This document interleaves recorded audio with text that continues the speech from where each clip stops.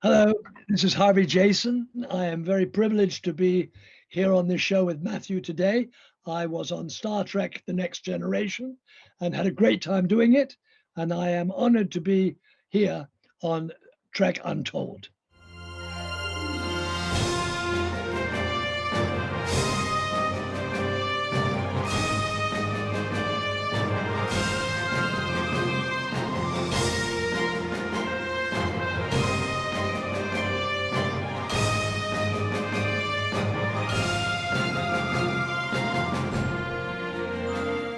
Hello and welcome back to Trek Untold, the Star Trek podcast that goes beyond the stars.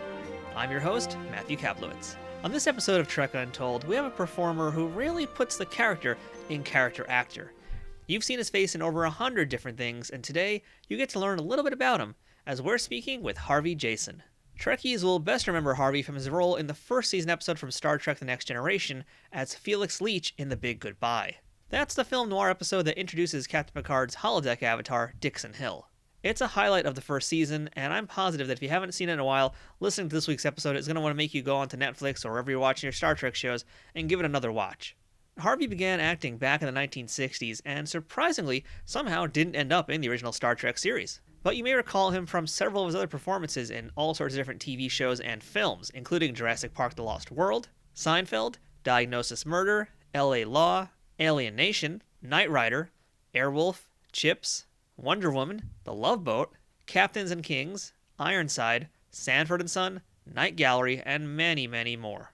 Today in 2021, Harvey is and has been completely retired from the acting industry for quite some time, and now he's focused on a very notable bookstore that he and his son run called Mystery Pier Books. His clientele is some of the biggest names in Hollywood, and his books are, well, pretty darn amazing. We'll talk all about what makes this bookstore so very special and his incredibly well-known clientele, along with some of his favorite books, in addition to the usual stories about Star Trek, and of course, much, much more. So stay tuned for a very unique chat with Harvey Jason. But before we jump into our interview, I want to ask you, are you following Trek Untold on social media? It's the best way to keep up to date on who's going to be the next guest on Trek Untold and to learn all about the other cool things that are happening here. So if you're on Instagram, Facebook, or Twitter, go ahead and look up Trek Untold, all one word, and give us a follow and a like. If you'd like to help support the show monetarily, go ahead and check out teespring.com/stores/trekuntold to check out some of the merchandise we have available. This includes t-shirts, mugs, phone cases, sweatshirts, stickers, and a whole bunch more. So go ahead and check out teespring.com/stores/trekuntold. You can also support our show by visiting patreon.com/trekuntold. If you become a paid subscriber to Trek Untold, you'll get first access to the show and a chance to ask our guests questions on future episodes. But most of all, please subscribe to this show wherever you're listening to it or watching it. And if you've already done that, please also leave a review and a rating if you can. Leaving ratings and reviews helps increase the visibility of podcasts on platforms like iTunes and other places like it. It shows that you're listening and that you like it, and that other people who are interested in the same subject are going to probably like it too. It helps us grow, it helps us get better guests, and it helps us keep bringing this amazing Trek Untold show to you. If you're already following us or have supported us in any other way, thank you, of course, for being a part of the Trek Untold family. There's a lot of Star Trek podcasts out there, and we're very grateful that you chose us to listen to. I'd also like to make a quick shout out to our friends at Triple Fiction Productions, who make some great 3D printed Star Trek inspired toys and replicas for fans of all ages and toys of all sizes. But you'll hear more about them a little later on in the show. Now, without further ado, let's beam up this week's guest. Computer, access interview file. And welcome back to Trek Untold, and now joining us on the other side of the line, we have Mr. Harvey Jason. Harvey, how are you today? I'm extremely well. Thank you for having me. It's a pleasure to be here, Matthew. It's wonderful to be able to meet you. I've loved your work in so many different things, Star Trek included. We'll talk about that a little bit later on. But before we jump into our typical Star Trek discussion, I wanted to ask the question I give all my guests on the show first off. And that's, what's your earliest memory of Star Trek? Well, my earliest memory really is not so much of Star Trek, it's of Gene Roddenberry. Really? Because I was asked to go in many, many years ago. Gene Roddenberry had called my agent and asked if I would come and meet with him.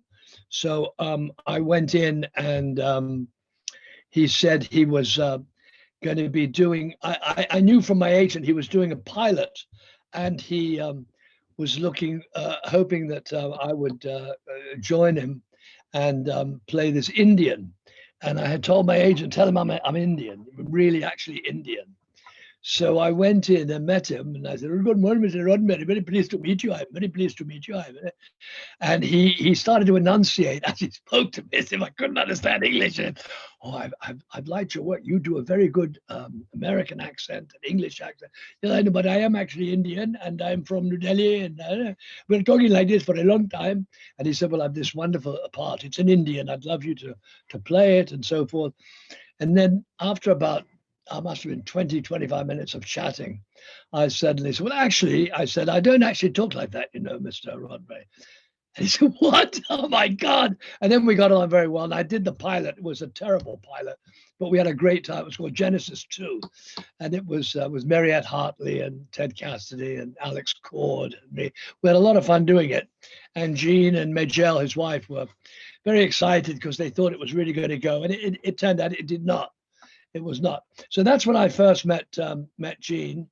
And as a matter of fact, a couple of years later, while I was acting, I was also a writer, and I was writing a movie, and I was on the set with something. I don't remember what it was. And Gene came by, and we were chatting, and I said, I'm having a little trouble with this particular scene. It was a sort of a supernatural thing.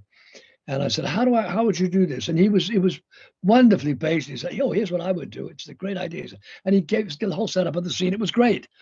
And then, but that's the earliest thing. I was not really, and I wasn't a fan of Star Trek or any of that stuff. But I was a fan of Gene Roddenberry's. I thought he was just absolutely great. And as time went on, I became more enamored with what he was doing and the whole science fiction thing. And then I began to really like it, sold on it. And then when he decided to do this pilot, we had such a good time making it. And, and he was so gracious, and Majel was in it as well, his wife. But it didn't sell. So, but he gave us a big party at his house, they had buttons made with all our characters, pictures on it and stuff. It was great. We had a lovely time. Yeah, that's interesting, because normally when we have folks on, even if they're not like necessarily big Star Trek fans today, they'll say like, "Oh, I remember watching it as a kid, the original series in the 60s, but your first memory is actually working on a project for Gene." That's pretty impressive. Yeah. I didn't actually watch it. I mean, my introduction was Gene Roddenberry. Wow. That's quite an introduction. So can you give us a little bit of background information about you? Can you tell us where you grew up, what your parents did, and what little Harvey wanted to be when he grew up? No, I always wanted to be an actor. Yeah, I was always a show off, and I always wanted to be an actor when I was a child. I had a marvelous childhood. I grew up in London with wonderful parents. I was an only child, so I enjoyed being an only child. I enjoyed all the love, which is what I've been seeking all my life, and I adored it. And my mother had me reading at a very, very early age. I was reading at 3 years old and reading books and stuff. And she was a voracious reader. And my dad was in London, had a printing business. And then during the war, the printing shop got bombed, and he became a salesman. So he was away a lot. And so I was with my mother, and who was most extraordinary woman. She was walking sunshine, my mum. And so she encouraged me to read. And so, I read a great deal, and I got immersed in the world of literature. And then I went to school, and I went to university. And then many years later, I was 19, and I went to New York. And I got very lucky. I was in New York a very short time, and I got the first play, an off-Broadway play. And then I got a Broadway play, and then I began doing plays regularly. And then I was doing a play with Ray Milland, the late Ray Milland, on Broadway. And then I left, and I got an offer to fly out there. Flew me out to California to do to meet with Robert Wise, the director, Bob Wise, for a film, Star, with Julie Andrews. And so I came back. I flew out here and I did the picture, and then my agent got me a ton of television work, and I was out here just doing one TV show after the other for a good 3 months. Then I went back to New York. I was married at the time. It was a terrible marriage. I was a wretched husband. And I went back to New York. But then my agent kept calling me from here. And so I kept coming back. Ultimately, I moved out here, which was a very wise move professionally. And I began doing a lot of work. And then in 1970, I did a movie. I did a movie with Pamela Franklin, who had just been a huge success in The Prime of Miss Jean Brodie and gotten an Oscar nomination, and Orson Welles. And I had been living with a girl for 2.5 years in California, and Pamela Franklin was flown over to do this film, and she was engaged to be married to somebody in London. And 3 weeks after we first laid eyes on each other, we decided to get married. And we fell in love. And it was as simple as that. And I had to obviously break the bad news to the girl I'd been living with. And Pamela had to break the news to her fiance. And about 2 months later, we had a huge wedding at the Beverly Hills Hotel. And a week from last Sunday, we celebrated 50 years of marriage.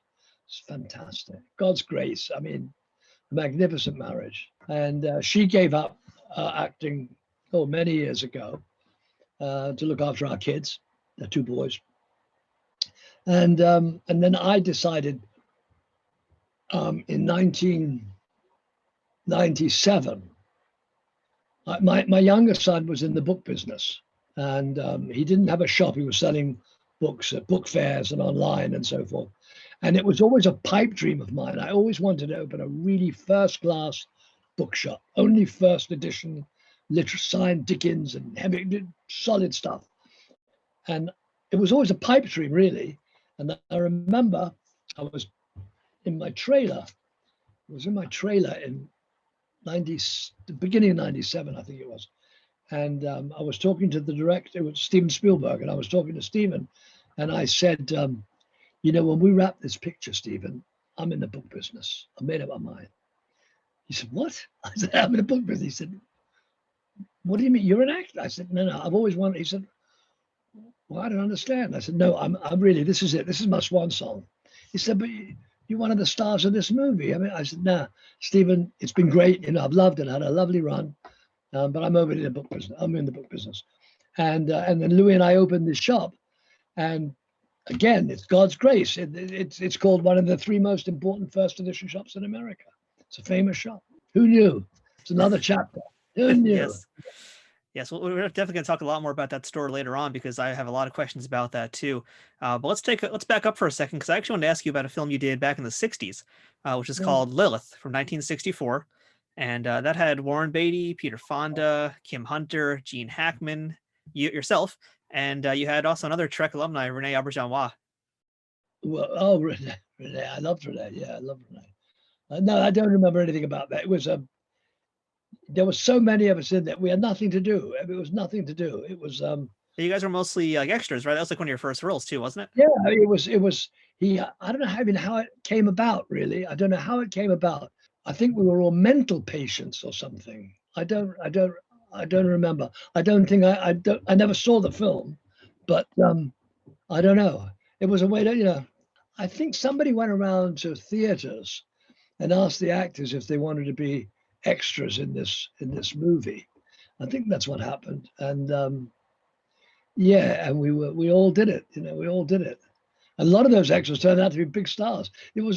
I don't remember much about it, really. It's an interesting little movie. It's really kind of ahead of its time in a lot of ways. It talks a lot about mental health in an era where that wasn't really discussed. So that's kind of interesting. And yeah, you mentioned I can actually get it and find it and see it. Yeah, it is a little bit hard to find, but it's out there. Yeah, you can do a little digging, and it's definitely out there.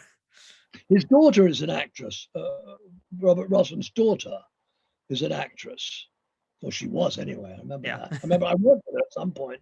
Now you mentioned you had some relationship with Rene also. Did you know him from your time in theater? No, I knew Rene because when I came over, I went before I went to New York. I went to Carnegie Tech for a year, and Renee and I were in the same class, and that's when we met. So we knew each other. We were like 18 years old. I was very saddened to hear about his passing. Yeah, we all were. Yeah. He was a terrific actor and a great guy. Yeah, I'm sad I never got to actually meet him myself, and I'd love to have interviewed him on this show too. Do you remember back then? Was he a good student? How was he in school? Yeah, he was very good, very good. I was only there briefly, but he was, you could see the talent. He was very, very gifted. He's very talented. I'm hoping you got some memories of this one now, because I did want to ask you about Batman, because you were in the original Batman series with Adam West. That was a lot of fun. Adam was very nice. I worked with him again afterwards in another movie. Adam and yes, we had fun. We had fun. Rudy Valley, the old Rudy Valley was who we worked with in that. And Adam was nice, and the other guy was nice as well. I don't remember him as much, but Adam and I talked a lot, and very personable guy, and never took it seriously. I mean, just was very grateful for the gig, very grateful for the job and stuff. And he was just very unpretentious. He was very, very nice. I liked him a lot, really a lot. Rudy Valley was a big silent screen star, He didn't say much. He was known for being very stingy, but I didn't have much to do with him. We worked together, but it was fun doing that show. It was really fun doing that show. 3 of them. It was fun. It was fun. Oh, and the Batmobile and all that stuff. Yeah. Who knew that today, it'd be a big pop culture thing. Today it's huge, yeah. And the episodes we're talking about are the Londinium larcenies, and you also got to have a fight scene with Adam West too. Do you remember doing that? No. I had a fight scene with Adam West? Yeah, there's a big fight scene with you and the other goons that Rudy Valley had hired, and you get into a big fight scene in a bar, and you're all wearing these crazy mod, 1960s British outfits. Yeah, I remember the outfits. Yeah, I remember all that stuff. Yeah. Sometimes you do these shows, episodic TV stuff, and it's just a job. And other times you can have a really good time, and that was one of them. It was a lot of fun. The people were very nice. They were all very nice, and I liked Adam. I liked Adam a lot. So I don't know if you remember this one now. I actually just watched this as well because all the Star Trek shows are on CBS All Access. You can watch them there. And I didn't realize this. They also have The Love Boat, and I've never watched it before. It's not for my time. But you were in an episode of The Love Boat, which had some very big guest stars. You had Aubrey Meadows, Robert Mandan, Harry Morgan, Georgia Engel, who you were doing your scenes with. Do you remember much about doing that? Yes, we had a good time. Well, I had done a very popular 2-part Charlie's Angels, which is a really big one. And then the spelling people called and said, would I do this Love Boat? So I said, yeah. And interestingly enough, in those days, there was a top of the show. The money was top of the show, and it was never terrific. But Aaron Spelling used to pay double. He was the only outfit in town that paid really decent money for guest stars. He paid double what anybody else paid, which was lovely. But it was nice doing that show. It was fun. They treat you very well. We had a good time. In fact, I ran into what's his name? The doctor, Bernie Capel. I ran into the guy who played the doctor. I was asked to do one of these conventions, this autograph convention things, which I had not done before. So I didn't want to do it. But I did this, and I had a lot of fun. And I ran into Bernie Capel there. And he was always great, always good-natured and charming, and I love it. You meet some lovely people in this business. You meet some jerks too, but you meet some really nice people. And I'm glad that you brought up that Charlie's Angels episode too, because that was a big one. Can you tell us anything you remember from that? Because Charlie's Angels is such a, again, cultural phenomenon in America. That was it was a terrific experience. It was apparently it was their highest rated episode, and it was an ice skating thing. I was the director of the ice capades. And I had to direct these girls in the ice capades. And I don't ice skate. And it was I played this very gay director, this very gay ice skating director, and very flamboyant. And it was a lot of fun. Phil Silvers was in it, and the girl. It was the first season for what's her name? Farrah Fawcett had left, and it was the first season for what's her name? Was it Kate Jackson or Jacqueline Smith? Cheryl Ladd? No, it was Cheryl Ladd. Yeah, it was Cheryl's first season. And Kate, who I like a lot, Kate was a good friend of my wife's, and I knew Kate quite well. But that was really a terrific show to do. It was great. It was really great. They had a good director and it moved along. I remember it very well, actually. We had a great time every day. So it was a long time. It was I think that was like about 3 weeks work on that show. It was good. It was fun. And you've been in so many really, really amazing things from that time period too. I mean, we're talking about the Wonder Woman series. You've done Rich Man, Poor Man, Specialist, Barnaby Jones, Cannon, Hawaii Five-0. I mean, you were on pretty much everything in that era. Yeah, everything. It was nonstop work, and it was great. It was really lovely. A lot of it was junk, but you knew it was junk. Everybody knew it was junk, and the people who created it knew it was junk. But nonetheless, we had fun doing it. Nobody took it very seriously. And then occasionally you do something that was wonderful. Like I did a miniseries called The Captains and the Kings, which was a brilliant, it's genius work directed by a genius called Doug Hayes. And in it, every huge movie star you can imagine guest starred in this series. It was 10 hours, and it was an uptake on the Kennedy story. It was about a young Irish immigrant who becomes the first Irish Catholic president of the United States, and his buddy, who was a young Lebanese kid, and Richard Jordan and I were best friends, and we both of us got to age from like 17 into our 70s in this piece. And it was a wonderfully rewarding experience, an incredible experience. And I got to work with people like Henry Fonda. Every star you can think of did a cameo in this piece, or larger. And it was a hugely popular series. It was great. And rarely do you get, there are movies, features that you get which are rewarding, but rarely do you get to do a meaningful piece of television. And that really was. It was stupendously, colossally successful. And we loved it. We loved doing it. I feel bad because now I'm going to ask you about some schlock again, because I'm curious about Knight Rider. If you remember anything about being on Knight Rider. Yeah, I do. Because I had done a movie, a feature called The Gumball Rally. And the director was Chuck Bale. I got a call from my agent saying, this director wants you to do an episode of Knight Rider. I said, who's the director? He says, Chuck Bale. I said, oh, absolutely, yeah. So I went in and I'd hurt my back. And Chuck was a good director. He was an action director, but he was also a stuntman. And I went in and my back was killing me. I just twisted my back.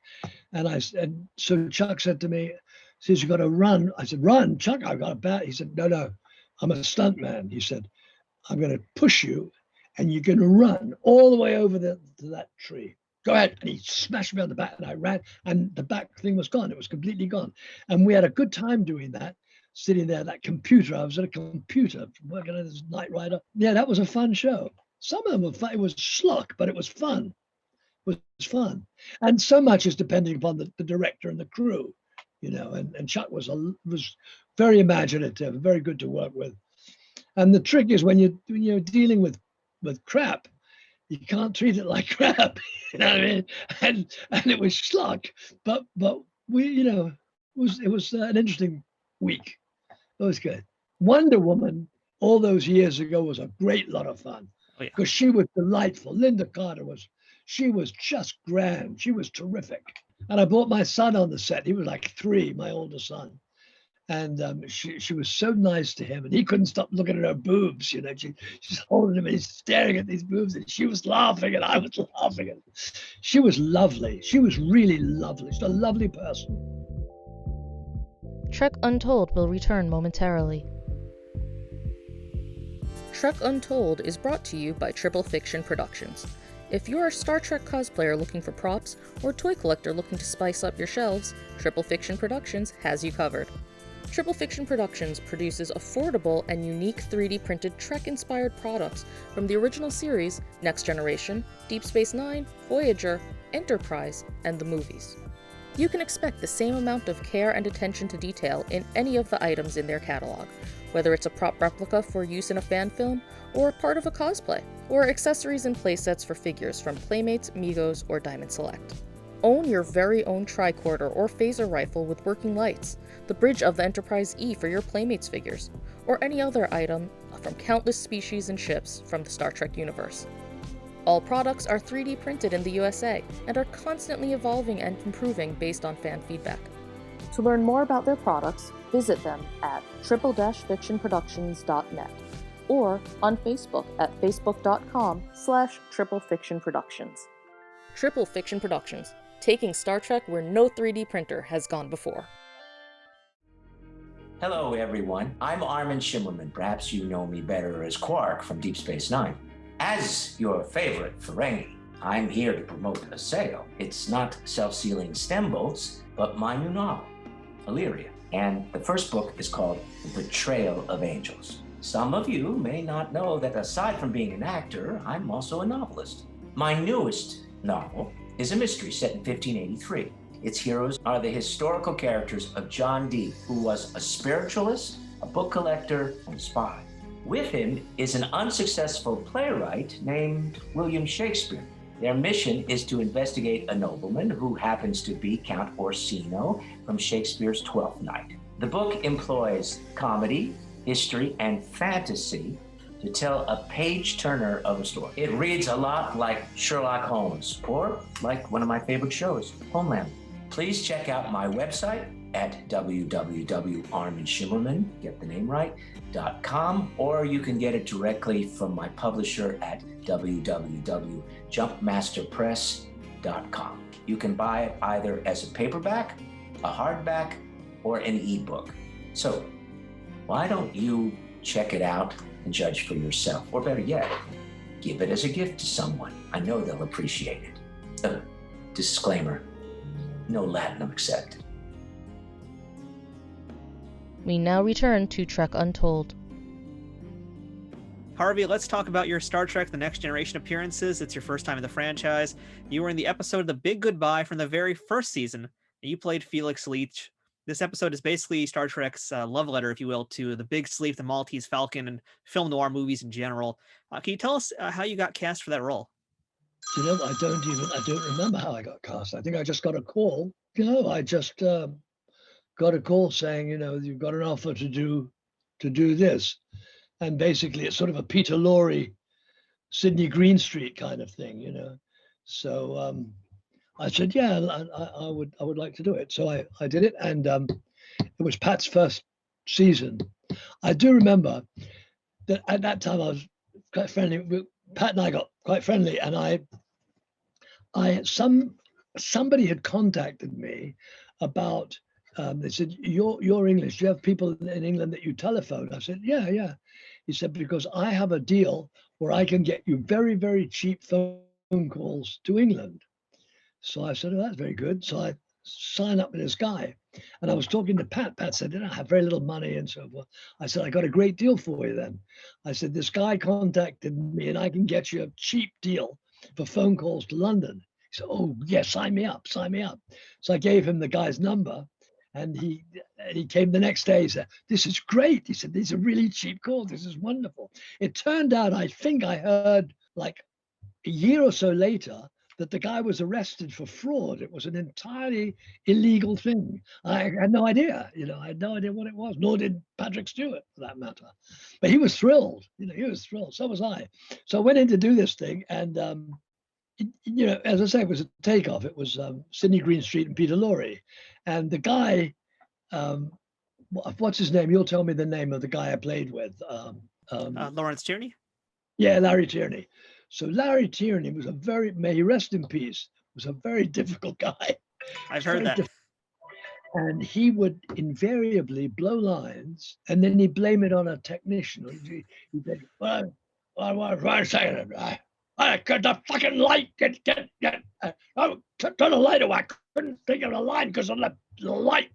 And he always blamed somebody else, but he had a lot of trouble with lines. And you didn't want to cross him. He was a really tough guy. I mean, he would lose his temper. He was a great presence. I liked him a lot. And he was a terrific presence, on set and on screen. And when he was younger, he had done some wonderful work. He'd done a lot of really good work, but we had a very good time. I don't know if he had a good time. I had a great time on that show. I'm not sure what he did, whether he did. I don't think he did, but I had a wonderful time. They were nice, and everybody was amenable. And it was fun. It was a fun episode to do. And then, did you see the plate? Yeah, you have the plate right there with you. Very nice. And in fact, a funny thing, about a year or so ago, about a year and a half ago, Seth MacFarlane came into the shop to buy some books.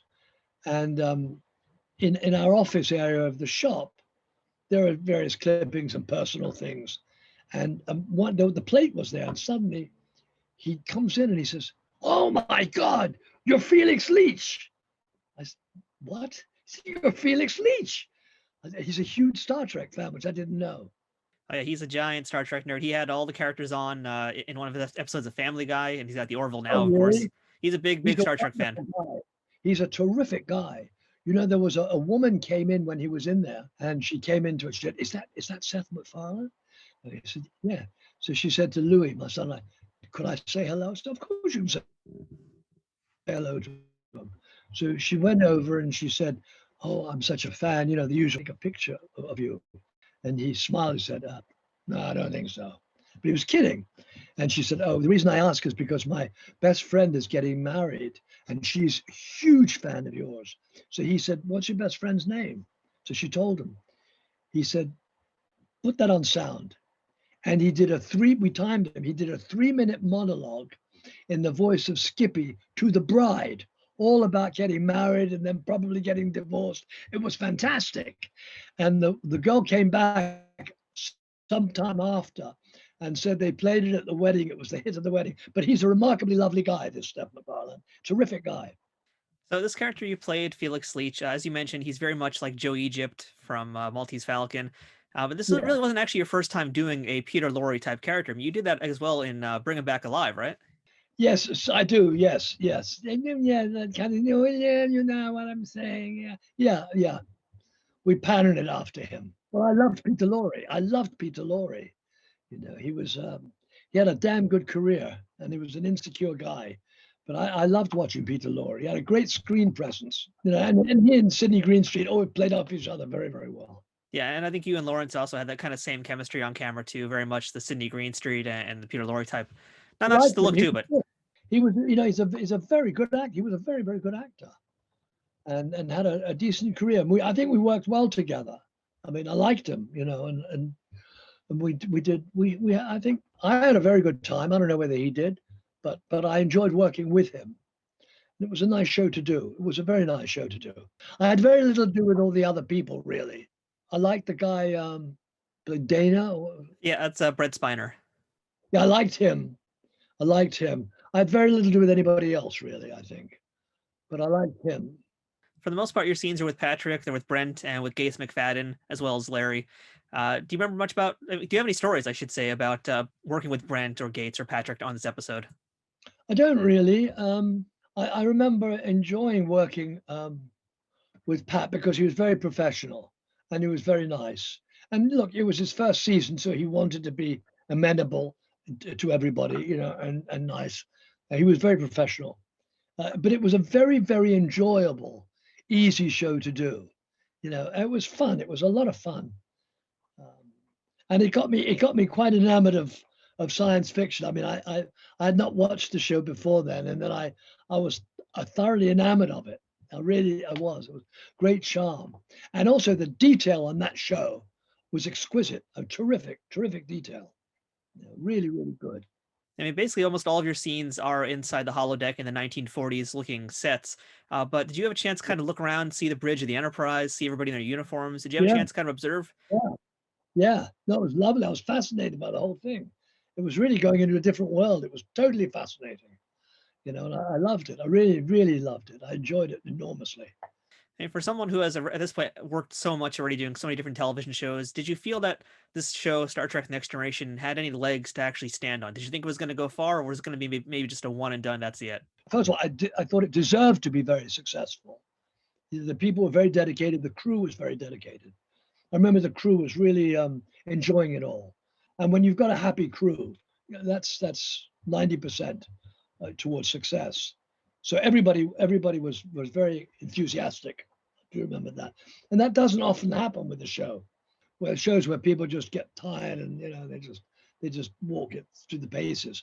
But people, I remember vividly, everybody was very excited and enthusiastic about Star Trek, about this. Now, this episode was directed by Joseph Scanlon. Had you worked with him before, or did you know much about him? No, I didn't know anything about him at all. I do remember he was very nice enough to call me after the show had aired. Sometime after, he called me at home.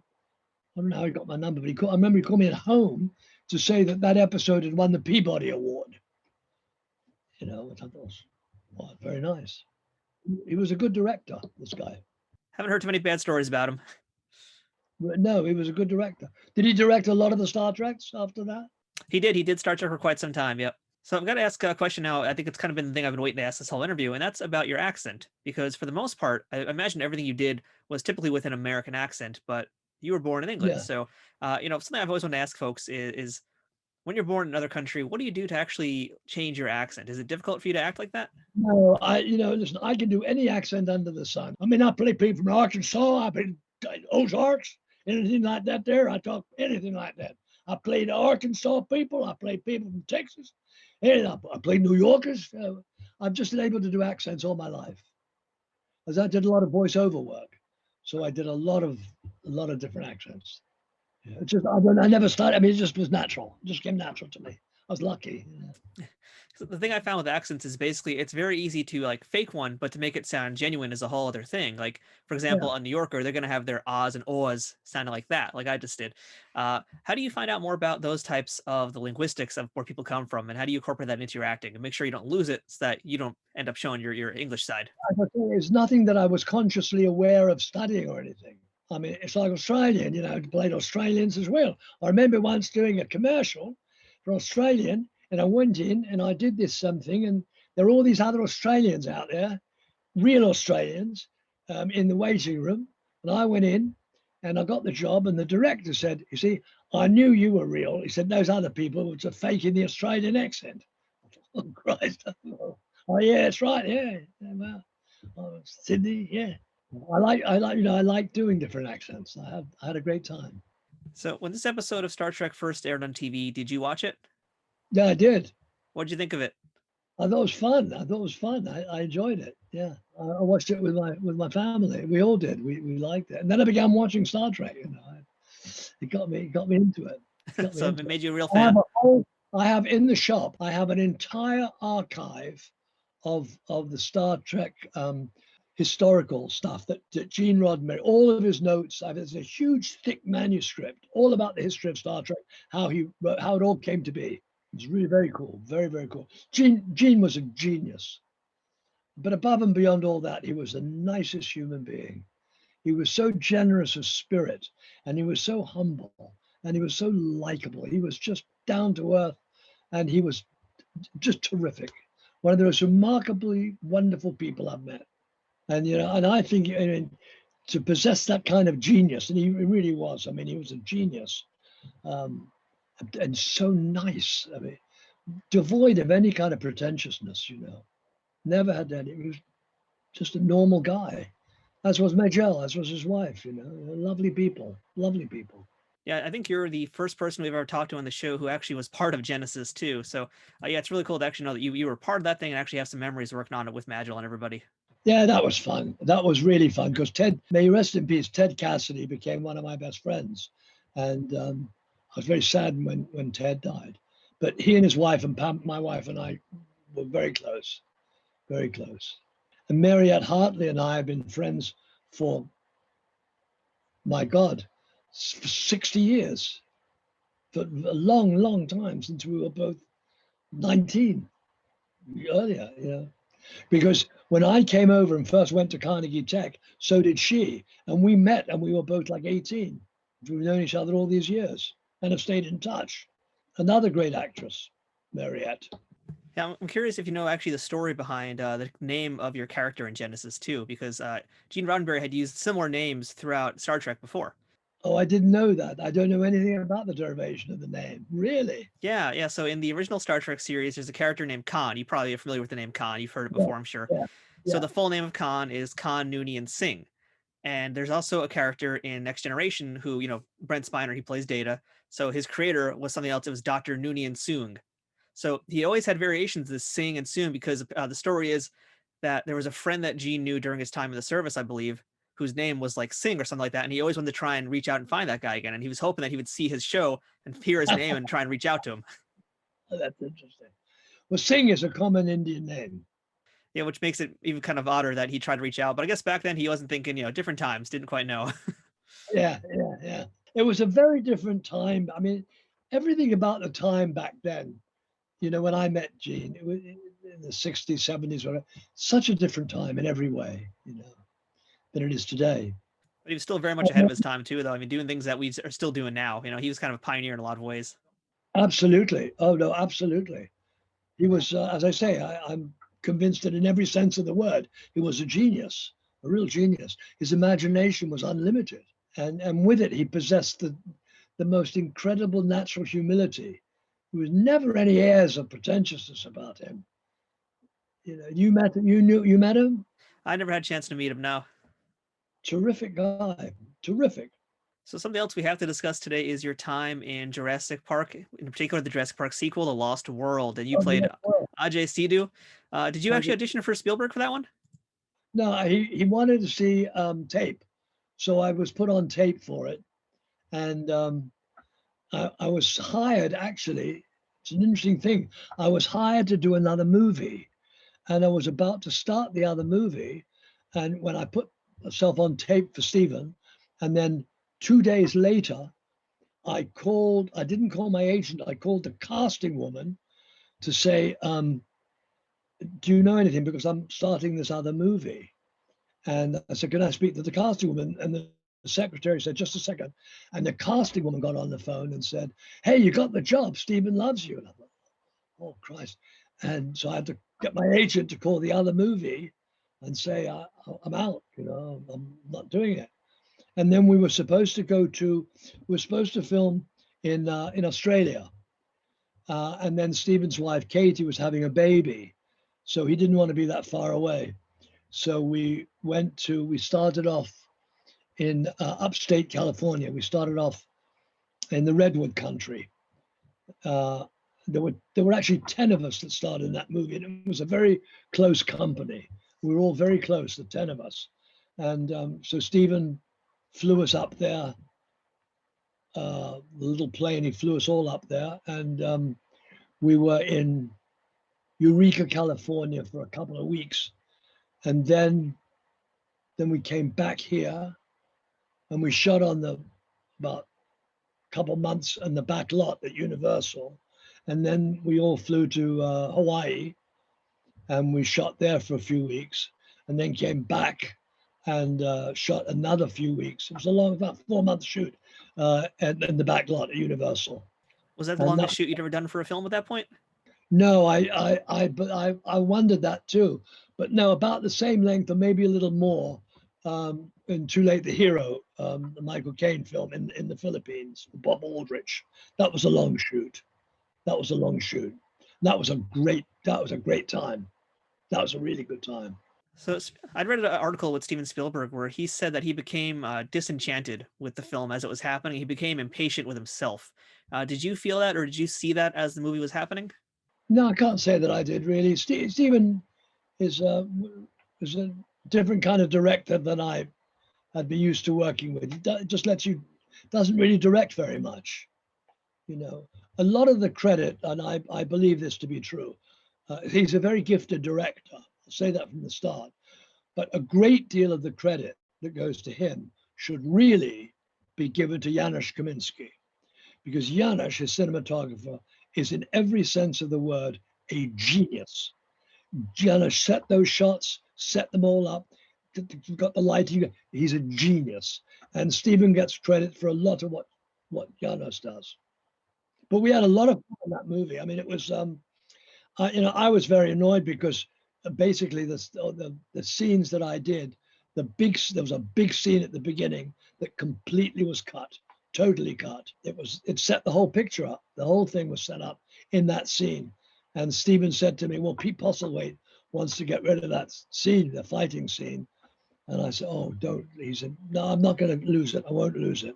And then he did. And basically all of my stuff was gone. All my dialogue was in Most of it was in that particular scene. They put it back in the in the video version, but in the actual screen they didn't.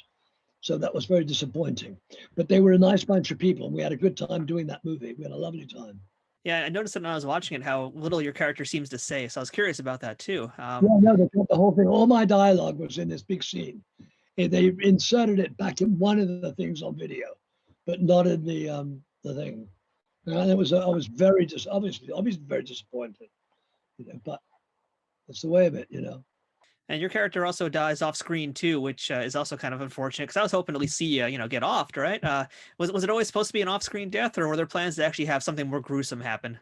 No, because it was you just heard me scream, don't go into the long grass or don't go into the tall grass or something. And then you knew, And then I was getting all kinds of mail from people with that line. That line became, don't go into the tall grass. Oh, Christ almighty. I'm glad I did the picture. And it was interesting. It was fun. It was a lot of fun. And the people were nice. We had a really good time. We're a close-knit company. We're together for a long time. So it's important. And Stephen really treats everybody incredibly well. I mean, the trailers are the height of luxury and everything is, it's an A1 production when you work for him. And so in addition to having a plate from Star Trek Next Generation, you also have an action figure of yourself from the Jurassic World sequel. An action figure, yeah. Yeah, well, what do you think about your action figure? Do you like how it looks? I like it, yeah. Have you seen it? It's a good action figure. Yeah, I like it. Do you think it looks like you, or is it a little off? No, I think it does. It does. It's got the glasses. It looks exactly, I've got it here somewhere. I've got one somewhere here. No, I think it looks like me. Yeah, I always like to talk to people who actually have action figures themselves, and it's fun because, normally the Star Trek toys, they're very realistic. In your case, it's a lot more of a playable toy, and I think you come with like a missile launcher or something too, right? Yeah, is that a missile launcher? I don't know what that. Yeah, it's something like that. You got a little dinosaur with it. That's pretty cute. Yeah, it's too expensive. I'll buy another one, but it's too expensive. It's like 300 and some bucks. Yeah, what's it like to be a rare action figure? That's pretty great too. But it's fun to have an action figure. It really is. Yeah. So Harvey, what would you say would have been the worst day on any set you've ever been on, and what was the best day of any set you've ever been on, movie or film? What a great question. Terrific question. Well, the worst day ever was on The Lost World when I blew a line, the first line, and I couldn't remember the bloody line. I felt like the guy on Star Trek blowing his lines. I couldn't remember the line. That was the worst day of any set I've ever had. Ultimately, it came to me. But you've got 150 people in the crew and suddenly go blank. Awful. Happens to a lot of people, but it had never happened to me before. That was the worst. The best day, I've had a lot of good days, a lot of really great days. One of the best days I ever had was I played the infamous lawyer Roy Cohn for Stanley Kramer, may he rest in peace. And doing a monologue at that point in that show was a highlight for me because I'd worked with Stanley Kramer 3 different times and I loved him. Another true cinematic genius, may he rest in peace, and a great man, a great guy, full of conviction. He made Stanley Kramer's made some of the best movies that Hollywood has ever made. And so I had a wonderful, wonderful series of experiences working with him. And a movie I did with him was responsible for a very great friendship of mine. One of my best friends was Jack Palance. And Jack and I worked together on Oklahoma Crude for Stanley Kramer with Faye Dunaway and George C. Scott. And all of our stuff, Jack's and mine, were together. And we became very, very friendly and very, very close.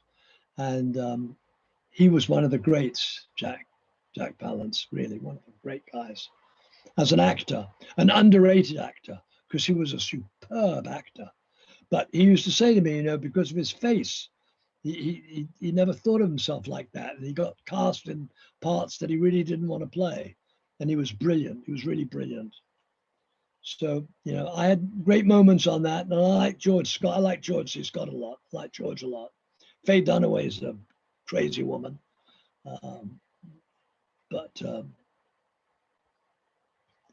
Yeah, we had some good times on that. Some George and Faye Dunaway didn't get along at all. They just she was very, very difficult, and he was a professional and couldn't put up with the rubbish that she was always doing. She's a lunatic. And it was very difficult. But anyway, so I loved working with Stanley Kramer. I loved working with Robert Aldrich, who was a terrific actor. And that I had great times in the Philippines with Michael Caine and Denham Elliott and in Too Late the Hero. Have some great times in this business, you know. You don't get that so much in television because it's so short-lived. But if you're on a movie for an extended period of time, it becomes like a second family. You know, you get your own, find your own people. Some you don't get along with particularly, or some you're not that close with, and some you get very, very close with. And they become an important part of your career, an important part of your emotional life. And you learn a lot, you know, you learn a lot. I learn a lot from these actors. You know, Michael Caine always said, I'll tell you something, Harvey, I'll tell you what a bit of advice as an actor. If you want to get an Academy Award, always look up. Always look up. Let me see your eyes. Look up. All right, Michael, great. He's a marvelous man, Michael Caine. So besides that bit of advice from Michael Caine, was there ever any advice you received from another fellow actor that you used, whether it be in life or in acting, that you just used forever, that always resonated with you? Well, Henry Fonda once said to me, he came on to do a guest shot on our series, Captains of the Kings, and he had just come out of Cedars-Sinai Hospital having an open heart surgery. The next day he came on and had a 2-page monologue, and it was word perfect. He was superb, and he came back again to do it again the next day. And so he was a very reserved kind of guy, Henry Fonda. And I was nervous talking to him, but he was reserved, was polite, was aloof, very aloof. But he said, I said, you're remarkable. I said, you don't blink. He said, no, you got to treat yourself that. He said, try not to blink. I thought, that's very good, yeah. I mean, Henry Fonda telling me don't blink. Michael Caine saying look up. I mean, all the little hints. They look up and don't blink, and then you got an Oscar. You know, it's great. Oh dear me. There's actually a YouTube video of Michael Caine doing, I guess, an acting class somewhere in probably like the late 70s, I think. And he's like telling people similarly, actually, about not blinking in a scene. It's kind of a very funny video because of just how intense and awkward it is at the same time. Oh, really? Yeah. He's a great guy. He's lovely, Michael. He's really lovely. He came in a few years ago. I hadn't seen him for a long time. And I was in the back of the shop, the bookshop. And suddenly the clinking of the bell, somebody came in. And my son Louis went to the front. And I hear a familiar voice say, hello, is your Harvey in? I'm an old friend of your dad's. And I thought, I know that voice. And I came out, it was Michael. Terrific. He is 87 years old. So we spent a lot of this interview talking about that bookstore, and that is Mystery Pier Books, and you're in California. So tell us a little bit more about the bookstore, because you mentioned already some really interesting things about it. I wish I could go visit it, but I'm all the way on the other side of the world. But yeah, tell us a bit more about the store. Yeah, you can look at it online. There's all kinds of videos of it. Louis and I opened. My son was selling books online and book fairs and stuff, and in '98 we decided to open the shop, and we found a place on Sunset Strip. And we just thought, you know, we would sell only specifically first edition collectible literature. Louis had been selling first edition mystery, and he had called his business Mystery Pier Books. Today, we would call it Jason and Jason Fine Books, but it's too well known now. We can't change the name. It's called one of the 3 most important first edition shops in America. It is exclusively first edition collectible literature. I mean, from Bram Stoker's Dracula to Charles Dickens, or signed, or every book in the shop is a first edition. And it's valuable collectible literature, because the only collectible books are those in the first edition, and even more so if they're signed. So, I mean, we have stuff that is like absolute treasures. And, you know, a lot of celebrities will come in and are clients of ours, and they will sign books of films they've done, for example. So we have a lot of books into film signed by all the stars of the pictures. And that's also collectible. And we also sell scripts signed by all the stars. But to sell Dickens or to sell Dracula, to sell these wonderful things, we've got inscribed Queen Victoria and inscribed Churchill and Dickens and Hemingway and Faulkner and Steinbeck. Wonderful, wonderful stuff. And it's remarkable to be able to go in there and see all of these incredible works of literature. And I think it's God's gift. It's God's grace. I believe it absolutely, you know.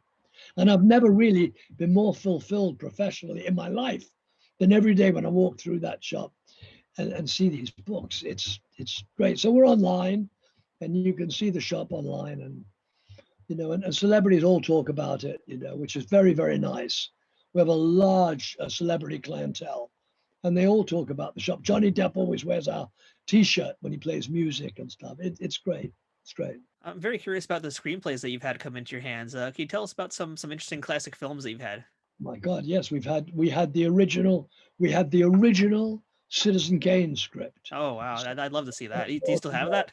No, that went to Barry Gibb of the Bee Gees. Wow. Went to Barry Gibb. We've had The Sting signed by Paul Newman, and we've had a lot of really great scripts.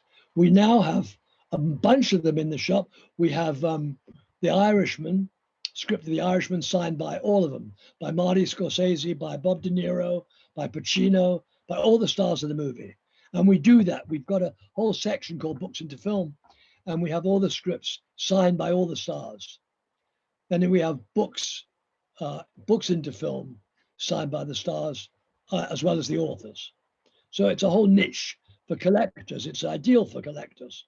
Were you a book collector much before this? Yeah, I was. Yeah. As you can see. Oh, yes, I can definitely see that. I've always been a reader and a collector, and both my sons and my wife as well. And my mother was a very big reader, and both my sons. We read all the time. You know, read all the time. So has a book ever come into your collection that you know was intended for the store, but you just loved it so much you had to keep it for yourself? Yeah. Well, my favorite author is George Orwell. So I at one point, because I was a writer as well, and at one point I optioned, I was very lucky, a book called Keep the Aspidistra Flying by George Orwell. I was able to meet George Orwell's wife, and I wrote the script on spec, and the estate had been closed to anybody. And my agent got the script to George Orwell's literary agent, who showed it to George Orwell's widow, who loved it and gave me the rights to the book. And we had a whole big thing. We packaged it. It all fell apart. Typical Hollywood story. It was all ready to get, it all fell apart. But I love George Orwell. So Orwell I collect myself. And a few authors I collect myself that I won't sell. So I'll ask you a loaded question here, because I mean, this, I didn't even know you could even answer it. But you know, as someone who I would say is easily an expert in literature, what do you think is the most important work in American literature? Well, what is called the greatest American novel is A Scarlet Letter, Nathaniel Hawthorne's Scarlet Letter. I'm not sure I would classify that as the greatest American novel, but that is what it's called. There are other novels that I think are superb. I mean, I also am not a big fan of Moby Dick, because I think it's a very boring book. But Moby Dick is the great American classic. You know, we have Moby Dick. We just sold one, the first edition of Moby Dick. We have one other one. You know, there are some great books of literature, some great works that are not really as applauded as they should be. For example, George Orwell is known in America primarily for 1984, An Animal Farm, and yet some of his other works are equally meaningful. And he wrote a book called Keep the Aspidistra Flying, which is about a guy in 1934 who says there's no longer such a thing as good and evil. It's just rich and poor. And that in the contemporary world, if you're rich, you're great, terrific. If you're poor, you're the scum of the earth. And so much of this is applicable to society's views today. You know, it's a great book. So I like, you know, I love reading. I read all the time. What about you? Would you have favorite authors? Any favorite books? I do like Joseph Heller actually a lot. I do like his work. We had Joseph Heller's all the stuff that he, including his blotter from Catch 22, all of his signed stuff. We had everything from Catch 22. We still do have a couple of signed copies of Catch 22. He's a great author. I Bombed in New Haven was not so good, but Catch 22 is terrific, absolutely terrific. So what's on your reading list right now, Harvey? What are you reading these days? Oh my God, I read so much. I try and read. I try and reread, but I love Vladimir Nabokov.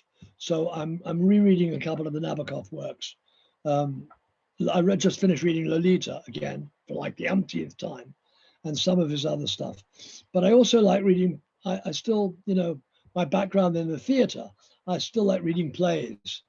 So I reread Tennessee Williams and Arthur Miller's plays, Eugene O'Neill's plays. I've always been a big fan of Eugene O'Neill, and I like his plays, I like his one acts. But I read all the time. I read all the time. I love reading. Get immersed in books, just immersed in books.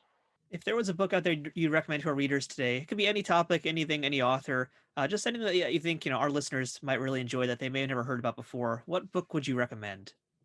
What a great question. Well, I hate to say this because it's so politically loaded, and I don't subscribe to the philosophy, but I knew Ayn Rand in New York, and Atlas Shrugged and The Fountainhead are great books, terrific books, and there's her philosophy of objectivism first began in the book of The Fountainhead, and then was developed in Atlas Shrugged. Vladimir Nabokov, Lolita is a terrific book. There's so many marvelous books, and classic American literature. The Scarlet Letter is a great book. It's a great book. I like Dickens. Occasionally I'll reread Dickens. I finished reading Nicholas Nickleby not long ago. There's a lot of good stuff. I love Stephen King. Stephen King will never get a Pulitzer Prize, which is terrible because nobody has their finger on the social pulse as well as Stephen King. He's the most brilliant author imaginable. He's a genius of an author. And I love Stephen King. And I would encourage anybody who loves reading, who loves it, to read Stephen King. He's fabulous. Yeah, I kind of like how we're having this discussion and we're talking about a lot of like well-known American classics. And we've also got Stephen King in the mix. So, being a classic doesn't just mean being some pretentious book. It actually just means being something that's very well written. I mean, years and years and years from now, there's no reason why he shouldn't have a Pulitzer Prize or every prize imaginable. But they won't give it to him because they know they're not literate enough.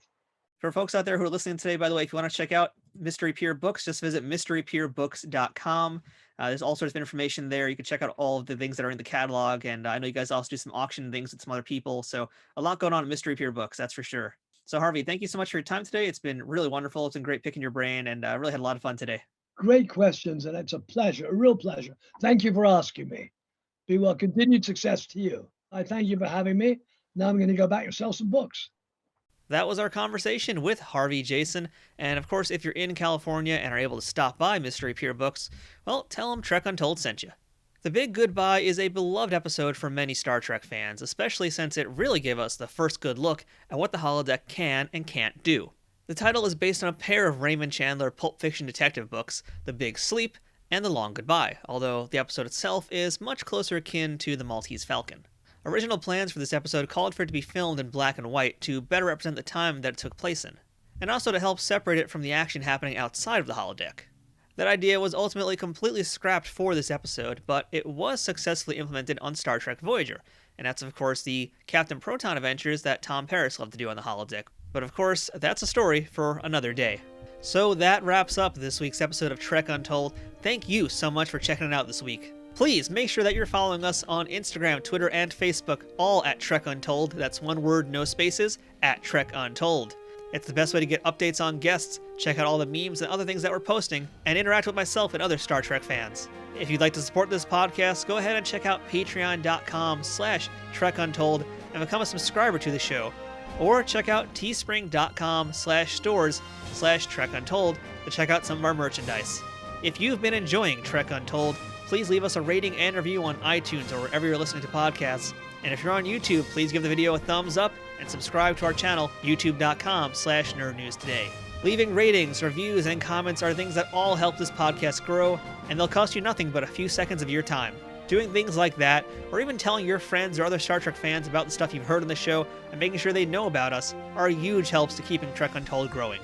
Thank you once again to our sponsor, Triple Fiction Productions. Go ahead and check them out at triple-fictionproductions.net. If you'd like to send us some feedback about this episode, suggest a guest, or ask to be booked on the show, go ahead and send me an email at trekuntold@gmail.com. And of course, thanks to listeners like you for choosing Trek Untold and making it your weekly Star Trek podcast. This has been Trek Untold. I'm Matthew Kaplowitz, and until next time, fortune favors the bold. Trek Untold is sponsored by TrekSphere.com, promoting fan-produced Star Trek content in all forms, is powered by the RageWorks podcasting network, and is affiliated with Nerd News Today.